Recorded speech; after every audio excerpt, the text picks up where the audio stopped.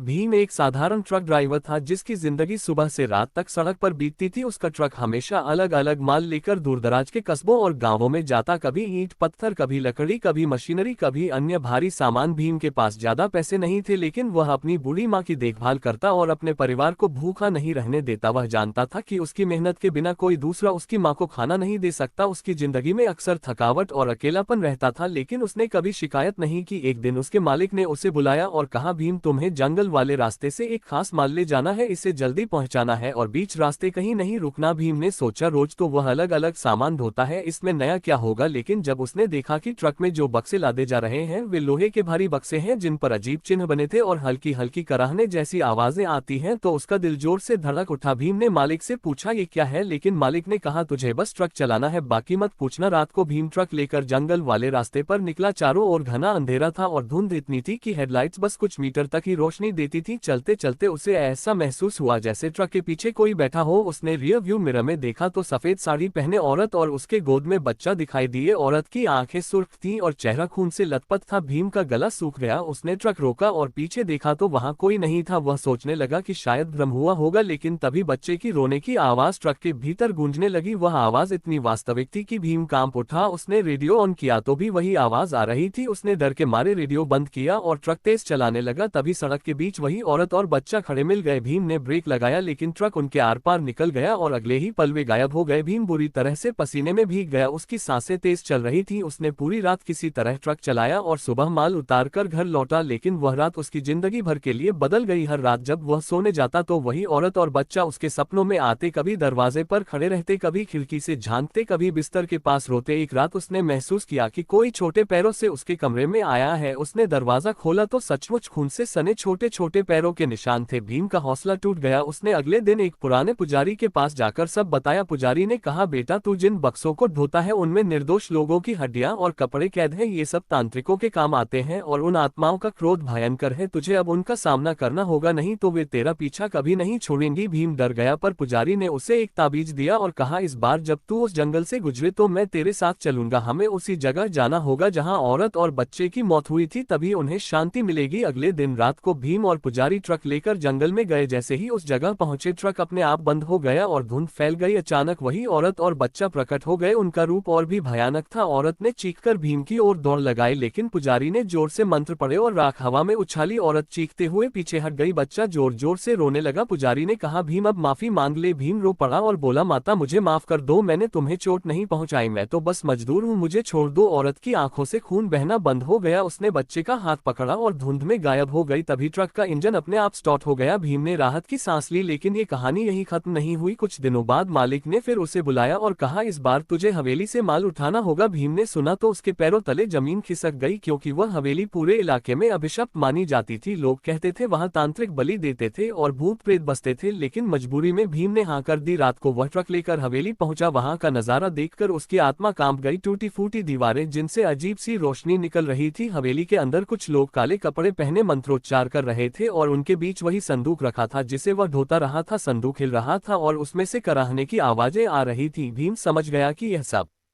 तांत्रिकों का खेल है, लेकिन अचानक उनमें से एक ने उसे देख लिया। सबने चीखकर कहा, यही है जिसने आत्माओं को मुक्त किया, इसे पकड़ लो। भीम भागा, लेकिन दरवाजा बंद हो गया। चारों ओर अंधेरा छा गया। तभी उसके गले का ताबीज चमकने लगा और अचानक वही औरत और बच्चा सामने आ गए। वे बोले, डरो मत, हम तेरे साथ हैं। तांत्रिक पास आए और मंत्र पढ़ने लगे। तभी हवेली में तूफान मच गया। खिड़कियां टूट गईं, दीवारें हिलने लगी। पुजारी का दिया ताबीज आग की तरह जल उठा। भीम ने पूरी ताकत से संदूक को धक्का दिया। वह गिरा और फट गया। उसमें से सैकड़ों आत्माएं निकल पड़ी। उनका गुस्सा इतना प्रचंड था कि तांत्रिक चीख चीख कर राख बन गए। हवेली में आग लग गई। हर ओर चीखें गूंजने लगी, लेकिन जैसे ही सुबह की पहली किरण पड़ी सब कुछ शांत हो गया। हवेली खंडहर बन चुकी थी और भीम अकेला खड़ा था। उसने ट्रक स्टार्ट किया और जंगल से बाहर निकल आया। उस दिन के बाद उसे कभी वह औरत और बच्चा नहीं दिखाई दिए। वह जानता था कि उन्होंने ही उसकी जान बचाई और अब वे मुक्त हो चुके हैं। भीम ने कसम खाई कि अब कभी रहस्यमय माल नहीं ढोएगा। वह ट्रक चलाता रहा, लेकिन उस रात की भूतिया यादें उसकी जिंदगी भर के लिए उसके दिल में दफन हो गईं और जब भी वह अकेले सड़क पर ट्रक चलाता तो उसे लगता जैसे कोई उसकी छाया में उसके पीछे चल रहा हो, और कभी कभी वह अचानक ब्रेक मार देता क्योंकि उसे लगता था कि वही औरत या बच्चा सड़क पर खड़ा है और उसका पीछा कर रहा है। उसके सपनों में वह बार बार वही जंगल, वही धुंध, वही हवेली देखता और हर बार उसे वही डर और तनाव महसूस होता जैसे मौत उसके पीछे हो। भीम अब बूढ़ा हो रहा था, लेकिन वह जानता था कि उसकी हिम्मत और आत्माओं को मुक्त करने का साहस ही उसकी जिंदगी की सबसे बड़ी जीत थी, और यही उसकी सबसे रहस्यमयी भूतिया कहानी बन गई थी जो हमेशा उसके दिल में जिंदा रहेगी।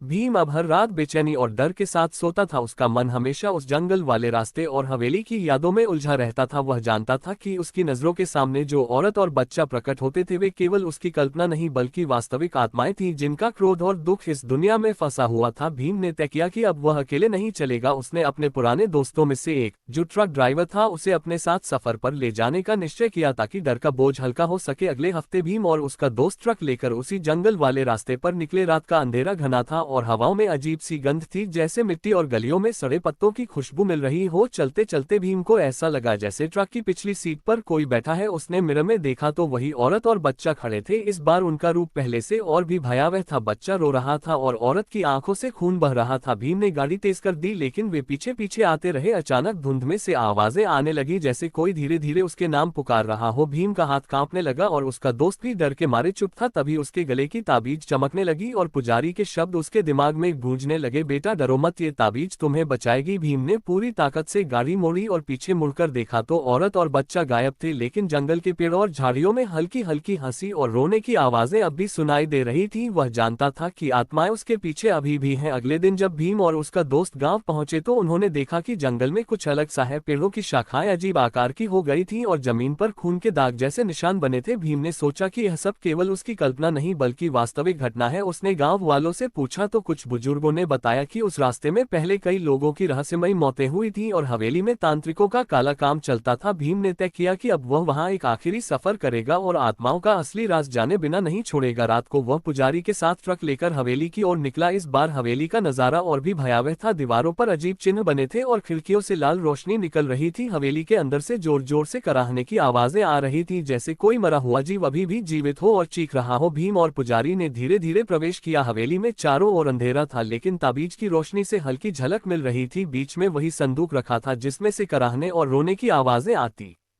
थी। तभी हवेली की फर्श पर अचानक खून के निशान दिखाई दिए। वे सीधे भीम और पुजारी की ओर बढ़ रहे थे। भीम का दिल जोर जोर से धड़क रहा था। पुजारी ने मंत्र पढ़ना शुरू किया और ताबीज हवा में चमक उठी जैसे आग की लपटें फैली हो। तभी संदूक हिलने लगा और उसमें से सैकड़ों आत्माएं निकल पड़ी। वे चीख रही थीं और हवेली में तूफान मच गया। दीवारें हिलने लगी, खिड़कियां टूट गई, लेकिन जैसे ही पुजारी ने जोर से अंतिम मंत्र पढ़ा और भीम ने ताबीज को पकड़कर ऊंचा उठाया, सभी आत्माएं शांति की ओर बढ़ी और हवेली में अचानक सन्नाटा छा गया। संदूक फट चुका था और हवेली खंडहर बन गई। भीम ने देखा कि वही औरत और बच्चा उसके सामने प्रकट हुए और उनके चेहरे पर शांति थी। बच्चा मुस्कुरा रहा था और औरत ने धीरे से हाथ हिलाया जैसे कह रही हो अब सब ठीक है। भीम ने राहत की सांस ली। उसने जाना कि अब वे मुक्त हो गए हैं और तांत्रिकों का काला खेल समाप्त हो चुका है। भीम ने ट्रक स्टार्ट किया और जंगल से बाहर निकल आया। उस दिन के बाद भीम ने कभी भी रहस्यमयी माल नहीं उठाया, लेकिन रात के समय सड़क पर चलते हुए वह अक्सर वही जंगल, वही हवेली और वही धुंध अपने सपनों में देखता और उसे महसूस होता कि आत्माओं का आशीर्वाद हमेशा उसके साथ है। वह जानता था कि डर,